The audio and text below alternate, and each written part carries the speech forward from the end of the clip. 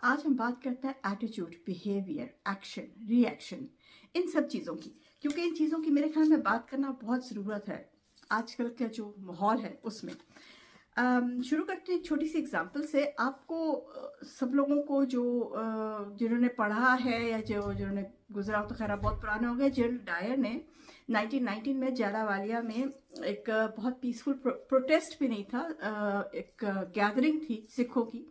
उस पे वो टैंक्स ले आया था अंदर और उसने आके सिखों को मार दिया था। टैंक्स कुछ जगह उसका दरवाजा छोटा था तो टैंक्स अंदर नहीं गए, तो वो सारी की सारी पुलिस लेके अंदर आ गया और उसने मरवाया। अच्छा, अब मजे की बात आप सुनिए। जिल डायर ने मरवाया सब लोगों को, लेकिन जो पुलिस थी वो हिंदू और मुसलमान और सिख खुद थे और सिखों पे गोली चली थी। यानी कि अपने लोगों ने अपने लोगों पे गोली चलाई थी। ऑर्डर जिल डायर का था, ऑर्डर उसने दिया था, लेकिन उन्होंने गोली चलाई। गोली क्यों चलाई? द क्वेश्चन इज, गोली क्यों चलाई? क्या उनके वो अपने लोग नहीं थे? क्या उनको पता नहीं था कि ये कुछ भी नहीं कर रहे, ये सिर्फ यहाँ पे गैदरिंग कर रहे हैं, nothing more nothing less, no protest no nothing. सब जो थे वो किसी के पास हथियार नहीं था, फैमिलीज थी, बच्चे थे, छोटे छोटे मासूम बच्चे थे, औरतें थी। गोली क्यों चली थी? इसके पीछे एक पूरी साइंस है, इसके पीछे एक पूरी साइकोलॉजी है। तो आज हम उस साइकोलॉजी को समझने की कोशिश करते हैं। I think it is very very necessary that our people know this psychology. जैसे हमें पता ही है कि हमने 200 साल पहले मुसलमानों ने हुकूमत की। उससे पहले मंगोल्स थे, उसके पहले वो क्या था, रजिया सुल्तान जो उसका बाप था वो था, फिर ये एक और थे, मतलब इसी तरह चलते आ रहे थे। उसके बाद 200 साल जो है वो अंग्रेजों ने हुकूमत की। इन दोनों हुकूमतों में क्या फर्क था? जो मुसलमानों ने हुकूमत की उसमें फर्क ये था कि वो मुसलमान जो थे उनकी चमड़ी तो एक जैसी थी ना, सिर्फ रिलीजन दूसरा था, लेकिन वो लगते तो एक तकरीबन, एक पहनावा एक तरह का था, ऑलमोस्ट ऑलमोस्ट जुबान ऑलमोस्ट ऑलमोस्ट एक तरह की थी। तो वो कहीं ना कहीं वहां पे मानूसियत का एलिमेंट था। लेकिन जब ये जो अंग्रेज जो आए तो ये गोरे थे, तो हमारे, अच्छा, जब आप किसी के नीचे काम कर रहे होते हैं ना तो ऑटोमेटिकली ये एक सिंड्रोम होता है, इसको हम स्टॉकहोम सिंड्रोम कहते हैं। ये सिर्फ उन्हीं के लिए नहीं यूज होता जिनको, बेसिकली हम ओवरऑल फर्म में हम स्टॉकहोम सिंड्रोम यूज कर देते हैं उन लोगों के लिए जिनको अगवा किया जाता है। तो वो जो उनका अगवा करने वाला जो होता है उसी के साथ उनको हमदर्दी हो जाती है। This is known as Stockholm syndrome. लेकिन हमारी कौम को, चाहे फिर वो इंडियन थे, मुसलमान थे, सिख थे, पारसी थे, जो भी थे, उनको ये स्टॉकहोम सिंड्रोम क्या और क्यों और कैसे हुआ? इस तरह से हुआ कि जो जो अंग्रेज थे ना, उन्होंने आके अपना वो इतना वो दिखाया कि हम तो इतने अच्छे हैं, हम तो इतने एडवांस्ड हैं, हम तो इतने मॉडर्न हैं, हम गोरे हैं, हम ये कपड़े पहनते हैं, हम अंग्रेजी बोलते। और हमारे जो लोग थे ज्यादातर वो थे किसान, मासूम, पहनने को कपड़ा नहीं, एक तहमत पहनी भी खाली। उस जमाने में लोगों के पास तो इतना इतना एक्सेसिव पैसा नहीं होता था, बहुत कम लोगों के पास होता, क्योंकि ज्यादातर जो ये हमारे सारे थे ये देवर लैंड ओनर्स और खुद काम करते थे। तो जो उनको वो एक कॉम्प्लेक्स में डाल दिया, ये बात मैं आगे दोबारा करूंगी तो इस पॉइंट को नोट कर लीजिए। उनको इस इंफीरियोरिटी कॉम्प्लेक्स में डाल दिया, हम तुमसे बेहतर हैं। उनको ब्लैक डॉग्स करके बोलते थे, उनको उन्हीं लोगों को आर्मी में हायर किया कि पैसा मिलेगा, और वो अपने ही लोग उनसे मरवाते थे और वो लोग मारते थे उन लोगों को। उनका ज़मीर नहीं जागता था कि वो अपने लोगों को मार रहे हैं। तो ये सदियों से होता आ रहा है, अब कोई नई बात नहीं है। अपने ही अपनों को मारते हैं और अपने ही अपनों को मारते हैं। तो ये बात बहुत ध्यान रखने वाली है। अच्छा, इसमें अब ये जो बात मैं जो कर रही हूँ स्टॉकहोम सिंड्रोम की, इसमें ये आता है कि आप अपने आप को, इसमें बेसिकली होता है कि आप अपने आप को इंफीरियर समझते हैं। आप समझते हैं कि आपके हाथ में पावर नहीं है, पावर जो है वो सामने वाले के पास है। लेकिन अगर इसको आप इसका इलाज करवा लें, खुद कर लें, अपनी सोच को खोल लें, तो आपको समझ आती है कि पावर तो आपके अपने हाथ में है। All you have to do is to say no. मारेंगे, यस। जालावालिया में भी मारा था। गांधी ने पीसफुल जो है वो इतना सा काम किया था, उसने कभी नहीं कहा हथियार उठाओ। और अंग्रेज एंड में निकले भी उसकी पीसफुल, वो लड़ा नहीं था। कायद आजम ने नहीं कहा था लड़ो। लेकिन जो गांधी के नीचे लोग थे वो ट्रेटर्स थे, वो पावर हंग्री थे। Gandhi was not power hungry. Gandhi did not want to become a president. Gandhi तो बल्कि जब पाकिस्तान बना था, he wanted to come and meet Jinnah. Gandhi की पॉलिसी बिल्कुल और थी, लेकिन जो उसके नीचे काम कर रहे थे उसके साथ, पहले उसके साथ काम कर रहे थे, लेकिन जब पाकिस्तान इंडिया वाकई अलग होने लग गया या हो गया and they got the power, तो उन्होंने गांधी को हटा दिया अपने रास्ते से पावर के लिए।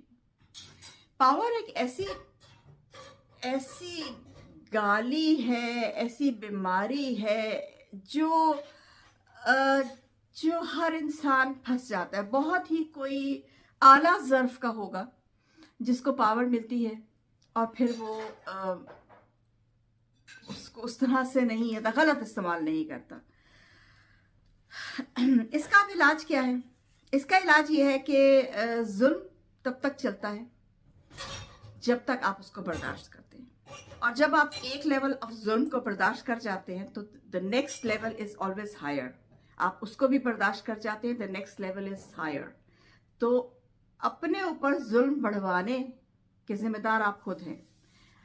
मेरे वालिद एक बड़ी अच्छी बात कहते थे, वो कहते थे सांप जब फल निकालता है ना तो उसका वहीं से फन काट देना चाहिए।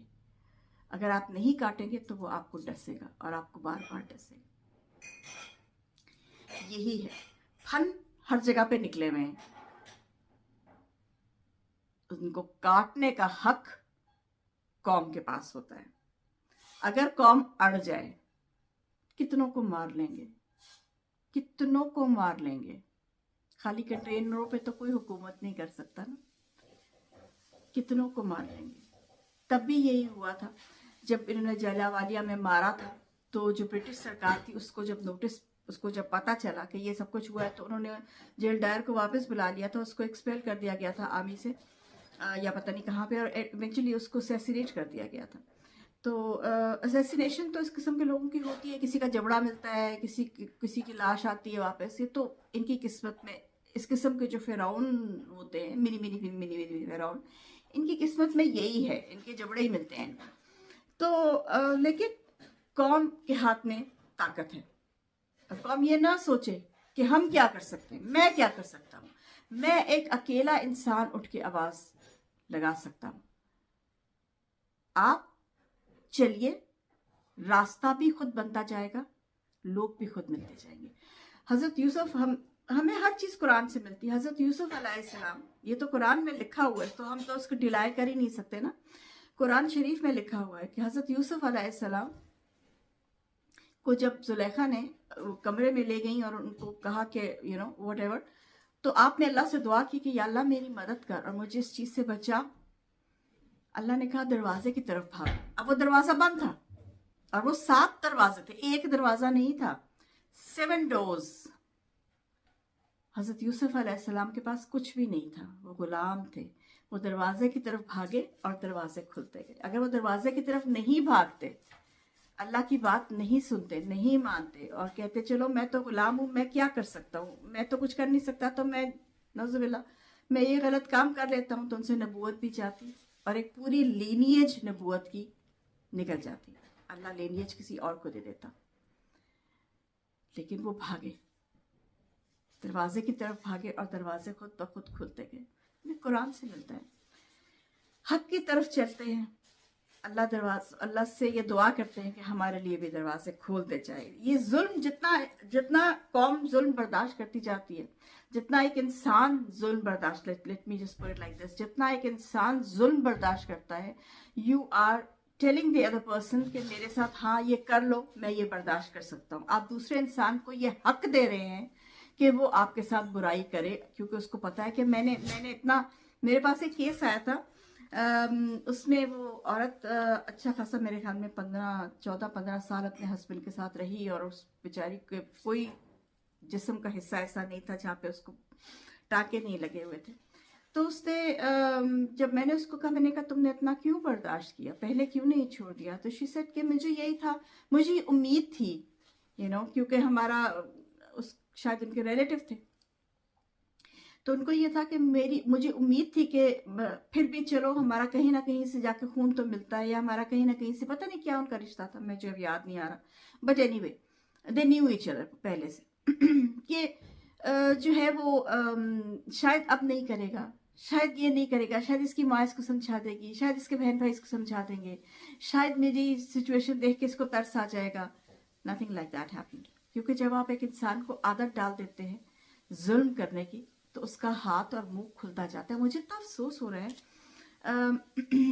कि आप मतलब ये इंस्टाग्राम पे या फेसबुक पे आप पोस्ट देखें, पाकिस्तानी लोगों को माँ बहन की गालियां दे रहे हैं और बेहुदा मजाक कर रहे हैं और गंदी, इस कदर गंदी बातें कर रहे हैं, सिर्फ इसलिए क्योंकि उनका नजरिया और है। मतलब उनका रिलीजन भी और नहीं है, नजरिया और है। वो कहते हैं आजादी चाहिए और ये कहते हैं गुलामी चाहिए।